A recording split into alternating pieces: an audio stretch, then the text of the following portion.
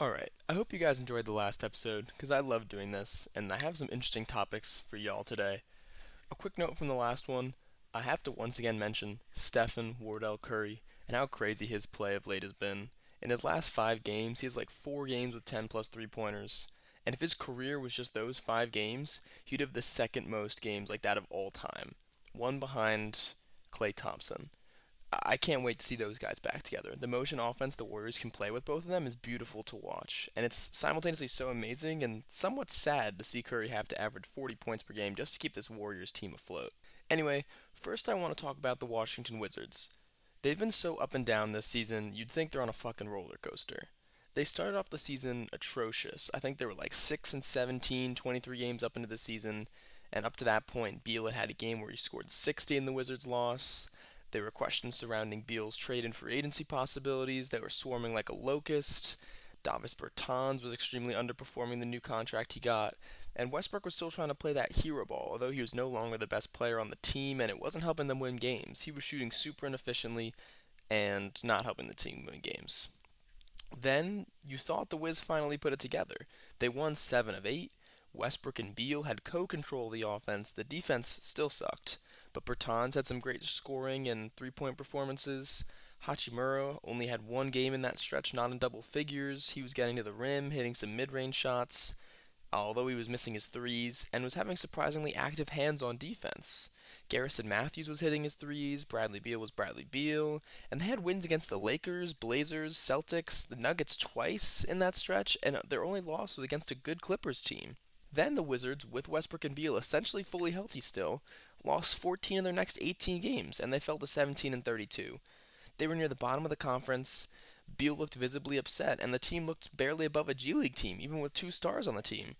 I know their depth isn't great. I know Thomas Bryant is out for the season, and I know it's not Beal's or Westbrook's fault, but this team has underperformed.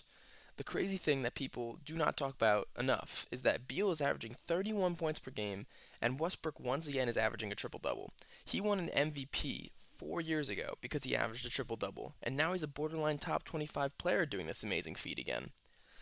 I expected this team to hover around 500, and they're currently 9 games under 500, and this is after they've won 7 of their last 8 games. This team is too streaky, and I don't see them winning 2 straight play-in games to get into the play-in tournament. And Beal, although averaging 31 points per game, probably won't make an All-NBA team again because of that. In all, I believe Bradley Beal will probably be traded by the trade deadline in 2022. Most likely in the 2021 offseason, unless the Wizards finish on an absolute tear this season. He claims he's loyal to the Washington of the DC, and I don't believe this is a fib, but there comes a point where he has to realize it's mutually beneficial if he gets moved to another team. The Wizards do not have the salary cap space with Westbrook's meaty $40 million contract, Beal's contract, and Bertans' contract to do anything. And even if they did, they would not be attracting a free agent of high value right now. Their depth's not going to improve. They're misusing Denny Avija. And despite Thomas Bryant, Rui Hachimura, and even Daniel Gafford now being nice young players, I see a ceiling of the 2017 to 2020 Orlando Magic. They'll sneak into the playoffs just to get ass clapped back onto the couch in 5 games in the first round. I don't. I get not wanting to do a full rebuild. If I was truly a Wizards executive, here's what I would do. I would monitor Beal and even Westbrook's trade options, because Brody's played well enough that a trade's not a complete impossibility at this point. I would target a backup point guard that can shoot and pass, like Patty Mills, Jeff Teague, and some 3 and D wings in free agency this offseason. This is absolutely crucial because this team can't even defend the fucking U.S. Capitol building right now. Some guys like Kent Bazemore, Nicholas Batum, and James Johnson are 3 and D wings in their pay grade. Finally, I would spend my offseason focusing on Denny Avija. He's the most potential to boom next season. He should be doing more than catch and shooting. He's a great ball handler, can facilitate a bit. I would run some plays for him cutting to the hoop or getting around double screens with the ball at the wing, and at that point he can make a play. He can shoot, he can drive, he's a good triple threat guy. You can allow him to be a primary or secondary ball handler with the bench unit.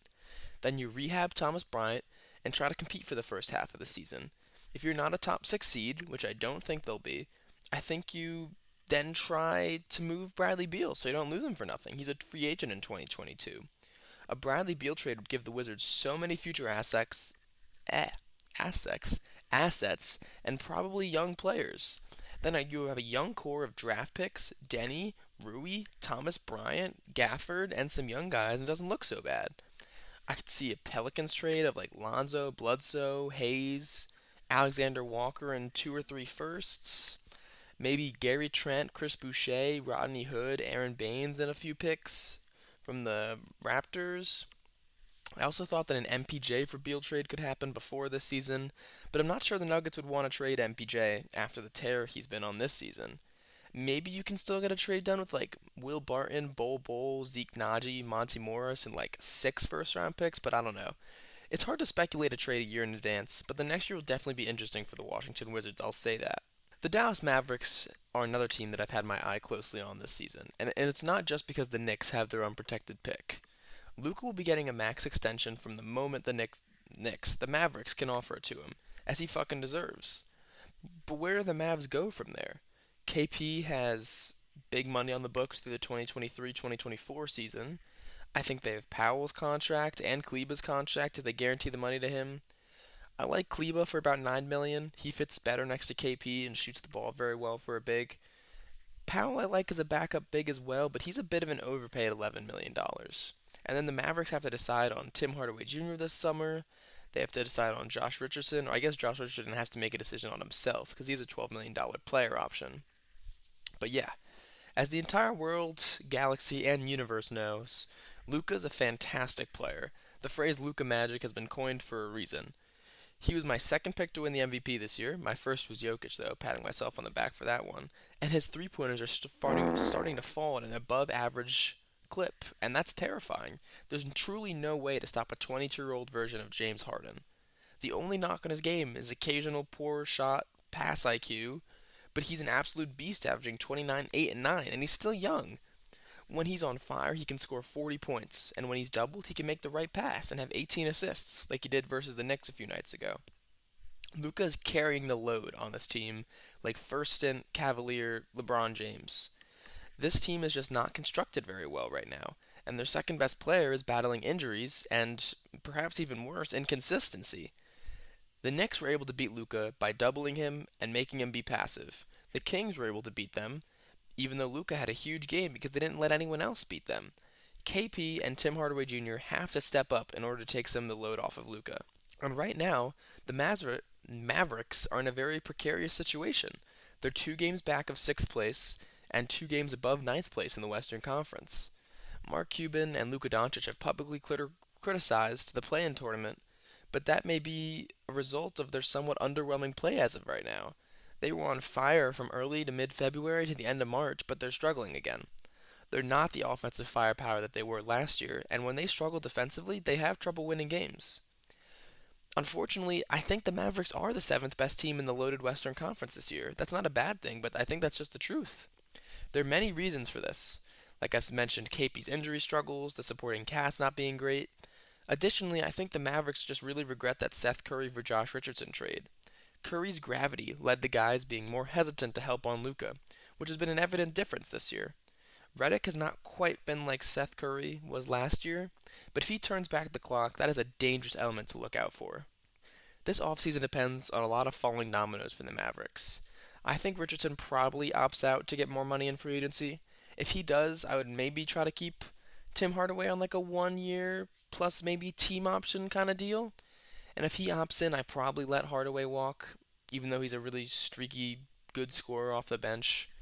I would talk a contract extension for Jalen Brunson, as I love him as a backup point guard or a backcourt mate to Luka, however you want to set the lineup.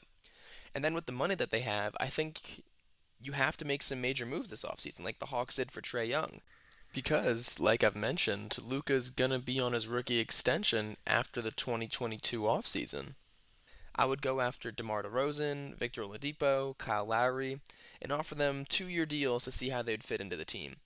I would say that Lowry is the best option because he can shoot, defend, and be an intangible leader for a young playoff team. Then DeRozan, it would probably be second, as he's like a secondary facilitator for this Mavericks team. That could move Brunson to the bench. And then I think Oladipo is going to stay with the Heat, and he's probably the worst out of the three players I mentioned. I'd probably then try to go after one more 3 and D forward to go along Dorian Finney-Smith, who's played this season nicely in his role, and just keep running it back. Luka and KP are young, Not many superstars win championships under the age of 25. Management will figure this out. Luca and KP will learn, and this team has a very bright future. I mean, there's there's no worry about, the somewhat underwhelmingness they've had this season. That happens with young teams. Tim Hardaway Jr., like I said, you try to sign him for 1 year plus a team option kind of thing, and maybe you even sign him for a 2-year deal. One of Richardson and Hardaway probably leaves though, and you won't have too much salary cap to work with, but it's just kind of internal development. Maybe you develop Josh Green or Tyrell Terry a little bit. Luca and KP will continue to improve, and like I said, think there's a bright future. The third team I'm going to talk about, the New York Knicks, I'm going to talk about in my second video of today.